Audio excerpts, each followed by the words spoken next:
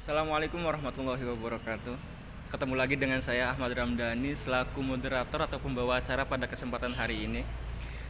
Di siang hari ini kita akan berbincang santai dengan teman saya, dengan guru saya, tentang sebuah tema yang akan kita angkat. Kami kelompok 4 akan mengangkat sebuah tema yang kami angkat, yaitu kekerasan dalam rumah tangga menurut pandangan Islam. Saya sendiri dan teman-teman di luar sana mungkin sering sekali mendengar berita-berita atau ucapan dan sebagainya tentang kekerasan dalam rumah tangga di akhir-akhir ini gitu. Jadi saya penasaran gitu, gimana sih kekerasan dalam rumah tangga pandangannya Islam tersendiri gitu. Jadi di sini saya ditemani dengan teman saya, yaitu Kang Fatul Wahab. Beliau adalah salah satu mahasiswa program studi pendidikan bahasa Arab UIN Salatiga, dan beliau juga salah satu pengajar di Pondok Pesantren Sunan Giri Salatiga. Gimana, Kang Wahab? Alhamdulillah. Sehat? Alhamdulillah. Oke, Kang. Jadi di sini kami gitu, saya itu penasaran gitu, bagaimana sih kekerasan dalam rumah tangga itu dalam pandangan Islam. Karena sering sekali saya mendengar, saya membaca berita di akhir-akhir ini, banyak sekali kasus KDRT gitu kan. Baik yang terjadi dalam masyarakat biasa, dalam mereka yang udah jadi artis gitulah, banyak yang melakukan KDRT. Jadi saya penasaran gitu Kang, bagaimana sih pandangan KDRT dalam Islam gitu. Sebelum merujuk ke KDRT ya, itu kan sebuah kejahatan atau permasalahan di rumah tangga ya, rumah tangga antara pasutri ya, suami dan istri ya.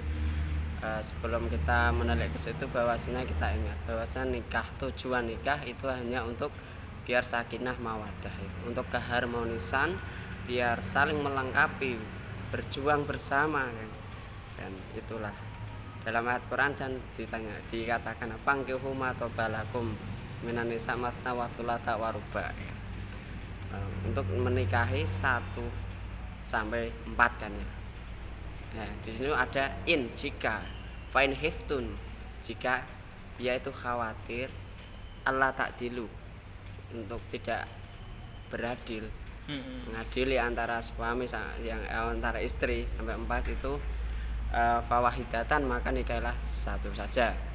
Dan menurut saya hukum nikah itu aslinya itu adalah sunnah. Hukum asli nikah itu sunnatun nabi, sunnah nabi. Karena bagaimanapun atau siapapun seorang yang menikah itu adalah sudah menyempurnakan salah satu ibadah ya. Salah satu ibadah, dan suatu nikah itu adalah suatu mitsaqan ghalidha. Mitsaqan suatu perjanjian yang sangat erat ya. Tali sangat erat sekali. Jadi harus dijaga keharmonisannya. Dan untuk merujuk ke KDRT, untuk permasalahan keluarga itu suatu kejahatan, itu termasuknya nusus ya. Itu termasuk nusus dalam kaidah fikih atau usul fikih, itu ikutnya nusus, dan itu dikatakan dalam berbagai pun kitab fikih, segi pandang Syafi'iyah atau Hanafiyah, itu dikatakan tidak boleh, bahkan haram itu ya. Oke Kang. Jadi kan berarti dalam pandangan Islam itu kekerasan dalam rumah tangga adalah sesuatu hal yang dilarang atau bahkan ya. Haram gitu Ya, loh. haram. Jadi yang saya tanyakan kembali gitu Kang, apakah ada dalam Al-Quran maupun hadis Nabi gitu, ataupun pandangan-pandangan ulama kita dalam kitab-kitabnya gitu, yang menjelaskan bahwa kekerasan dalam rumah tangga itu dilarang gitu. Apakah ada dalil Al-Qur'annya dan hadisnya gitu, ataupun pandangan ulama-ulama terdahulu yang sudah mereka berpendapat tentang kasus KDRT tersebut gitu kan. Menanggapi tentang dalil atau KDRT, menanggapi KDRT itu ada step by stepnya ya. Ya, itu termasuk nusus ya. Itu ya karena ini manusiawi kan ya. Tidak ada manusiawi yang tenang-tenang aja. Semua pasti mempunyai masalah. Kehidupan itu mutaghayyirun ya, selalu berubah-ubah ya. Pasti ada titik lemahnya, ada titik positifnya ya. Dalam Al-Quran dikatakan ya, dalam wallati takhafuna nusuzahunna ya. Jika seorang suami itu takut istrinya itu nusus, purik atau ngeyel bangkang ya.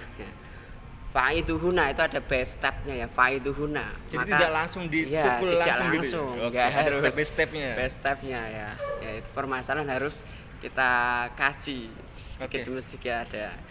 Ya, yang pertama faiduhuna ya, huna ya. Itu kan domir jamak kan. Untuk perempuan ya. Nah itu pertama itu harus menuturi yang baik, menuturin, menasehati yang bagus-bagus ya. Jika dia dituturi dengan baik-baik tidak bisa, kemudian wahajaruhunna, kemudian tenangkanlah dia ya, tenangkanlah dia fil madaji'i, di tempat tidur ya, tempat tidur dalam arti harus dikasih sayangi dulu, dikasih sayangi untuk dikumpuli bersama, nanti kan timbullah keharmonisan.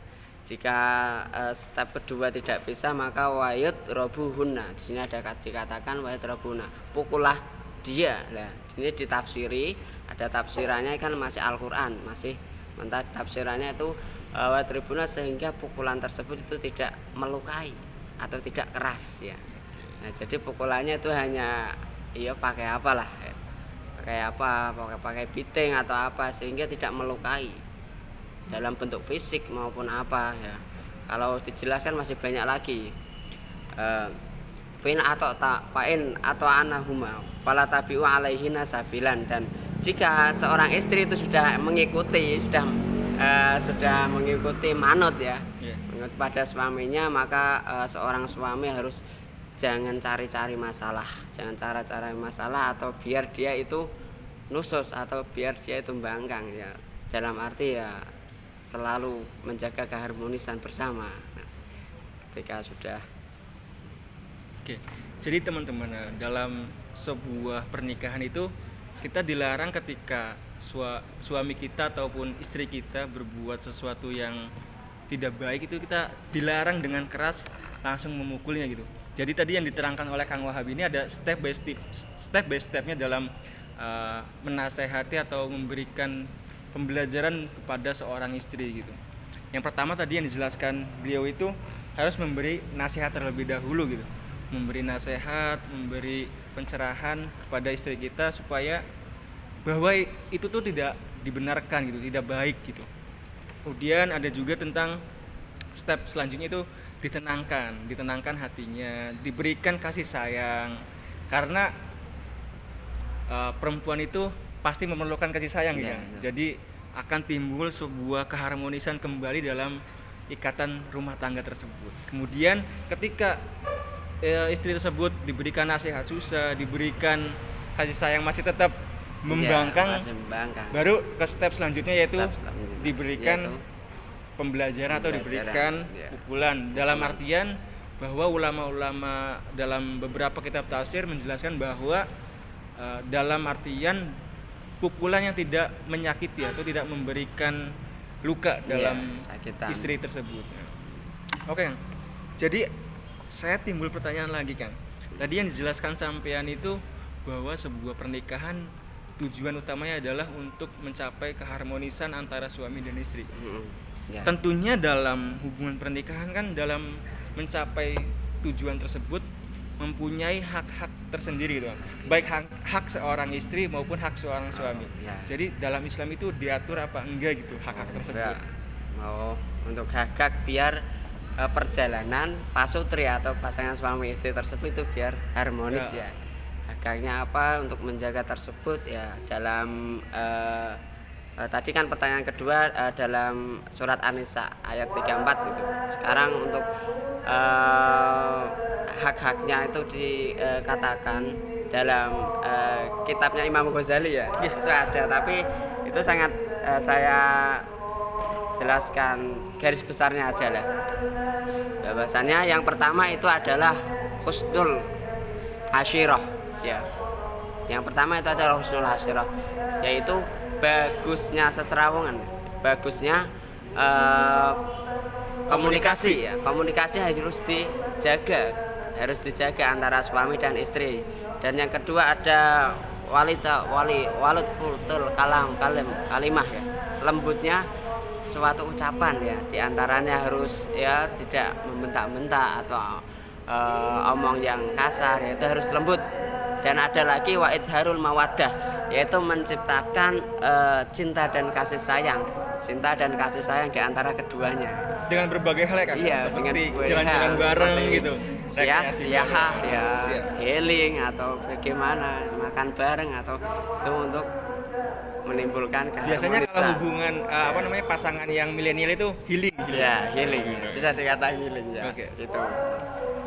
Ya, ada lagi wataghafilu aniz zalzalah, yaitu tidak terlalu sering mempermasalahkan suatu persoalan ya. Jika ada persoalan jangan sering selalu dipermasalahkan. Ini ada persoalan ini dipermasalahkan, itu akan menjadi sebab nanti dampaknya ke perkelahian itu.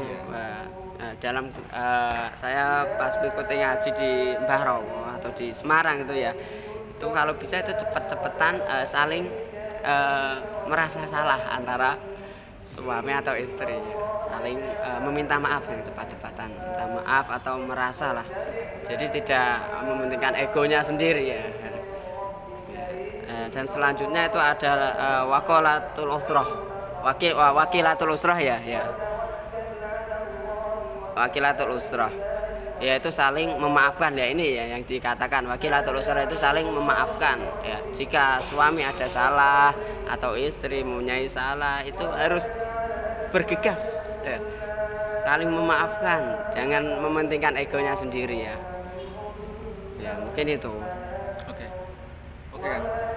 Jadi dalam hak-hak suami istri itu dalam kitabnya Imam Ghazali, dijelaskan sangat detail kan? Ya, detail. Oke. Seperti tadi, supaya hubungannya harmonis selalu itu harus komunikasinya harus lancar sama pasangan gitu ya. Terus tutur katanya dalam berkomunikasi juga harus yang baik-baik, tidak boleh halus ya. Jangan membesar-besarkan suatu masalah yang ada itu. Terus juga tidak boleh mementingkan egonya masing-masing. Iya. Terus untuk mencapai tujuan keharmonisan, kita membangun suatu komunikasi yang sangat baik.